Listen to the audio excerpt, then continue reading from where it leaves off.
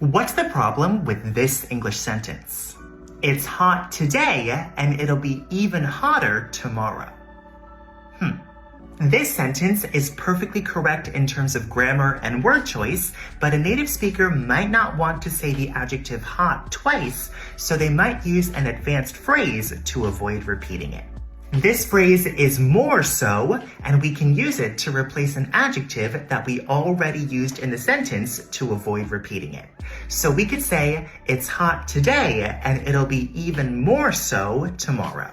We could also say something like, I'm sad because you're leaving, and even more so because I know I won't see you for a while.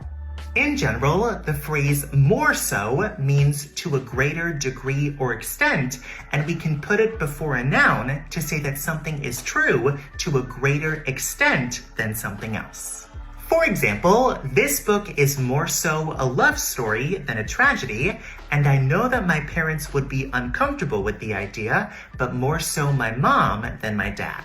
However, keep in mind that native speakers sometimes write this phrase as one word, but this is technically incorrect, and it should be written as two separate words.